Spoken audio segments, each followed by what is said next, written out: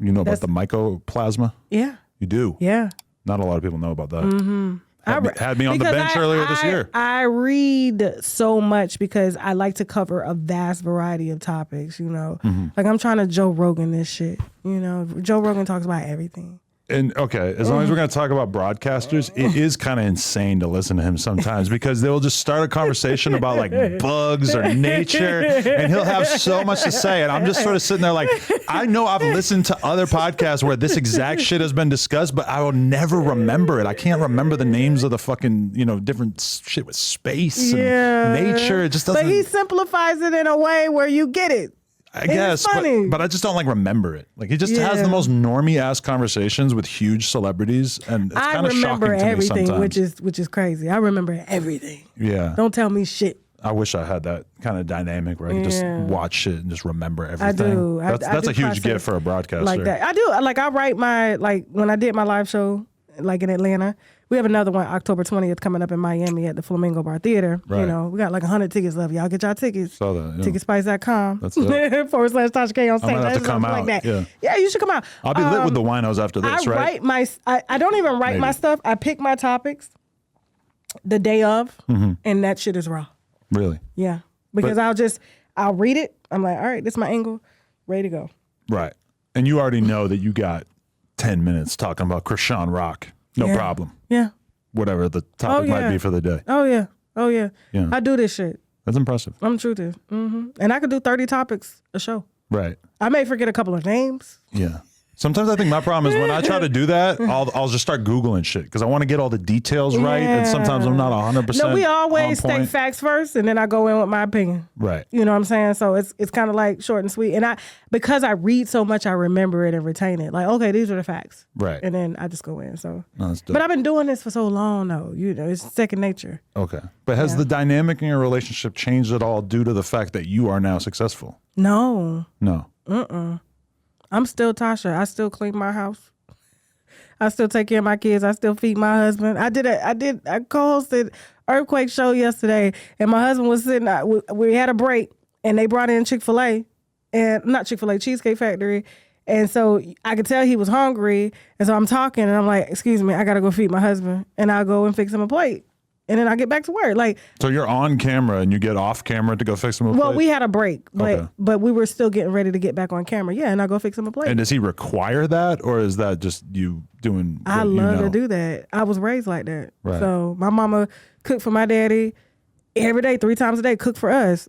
The man is the first to eat. But in my house, everybody eat at the same time. Because my mom is a fucking feminist, and so when she met my wife, who is Armenian and believes in like traditional shit, and she's happy to make me a plate of food or whatever, my mom just immediately like, you don't have to make him a plate of food, he can get his own food. But if you love your man, you want to do that. There's nothing wrong with that. Like, I don't even like mine in the kitchen at all. I'm like, get the hell out. We fuck it up anyway. But he's a great cook, but you know, he gonna destroy that fucking kitchen cooking, and I'm like, fuck, I got to clean this shit up. So like, I fold clothes, I fold his boxers, I do all that shit. Like, you know, pack his bag, unpacking his bag, watch Jazzy.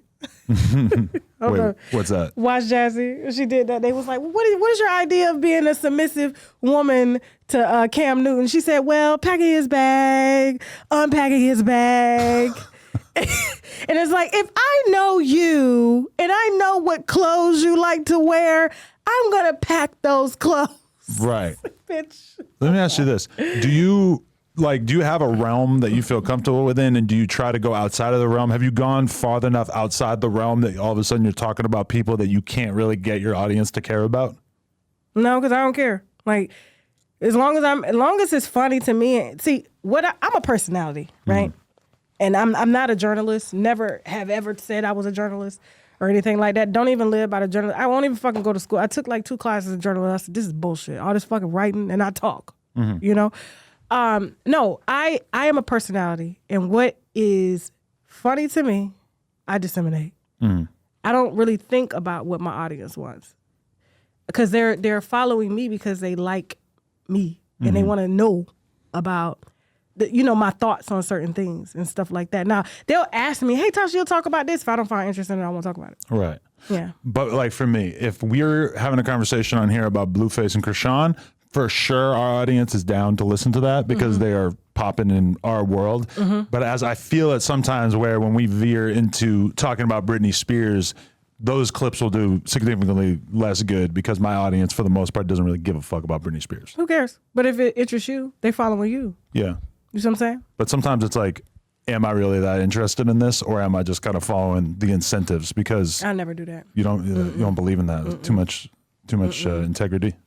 It's not that. It's just if I'm not gonna pretend for my audience, I want the news to be as authentic coming from me. And if I try to talk about something that I'm not interested in, they're gonna pick that shit up. You know what I'm saying? So like, why fake that shit? This shit is stupid. I'm not fucking talking about this, so I'm not gonna talk about it. But what about if you all of a sudden find yourself very, very interested in what's going on in the Middle East? I will talk about it. You will. Oh my God. You could find a way to Yeah, contextualize like it. when Rihanna was dating that Arab, and nobody was talking about this shit. You know what I'm saying? And his fathers and them like own like Toyota branches and shit, and they was being investigated for giving ISIS Toyotas and shit because they was like, how did ISIS get new Toyotas? And I was like, is this right? Rihanna left this Arab because it was tied to the Department of Defense and the CIA is investigating this motherfucker. Right. Like shit like that, So, because, it's not labeled as gossip and a lot of people don't report on shit like that. But I read the court doc. I was like, oh, this motherfucker's really like being investigated. Right. You know what I'm saying? So, yeah, like I go out outside the box. I go. Well, as long as we're talking about the actual art of doing the conversation, what have you learned as a broadcaster? Like, what are the main lessons that you've kind of realized that have like made you better at this shit that you've picked up on over time? Just be my fucking self. Like, really? That's your North Star. Okay. Just be myself. Like, people are gonna love me or they love to hate me. It's just but they all watch. Right. Some topics interest them, some topics don't. But at the end of the day, it's like, it's kind of like when I used to watch Maury Povich when I was younger. And then he would do, the baby dad, you are not the father. Right. I watched all those shows.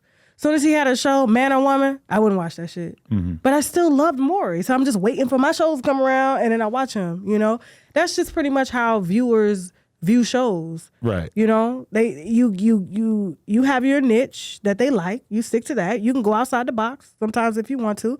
But they're not going to stop watching you. Right. They're just not going to watch that episode. Yeah. But when some shit to come up that they like, they're going to watch it. Yeah. I need everybody to check out nojumper.com. We officially started a blog. It has in-depth articles about current events, music, etc., plus all of our content in terms of podcasts, interviews, etc. And you can get some exclusive new merch if you check out nojumper.com. So make sure you tap in.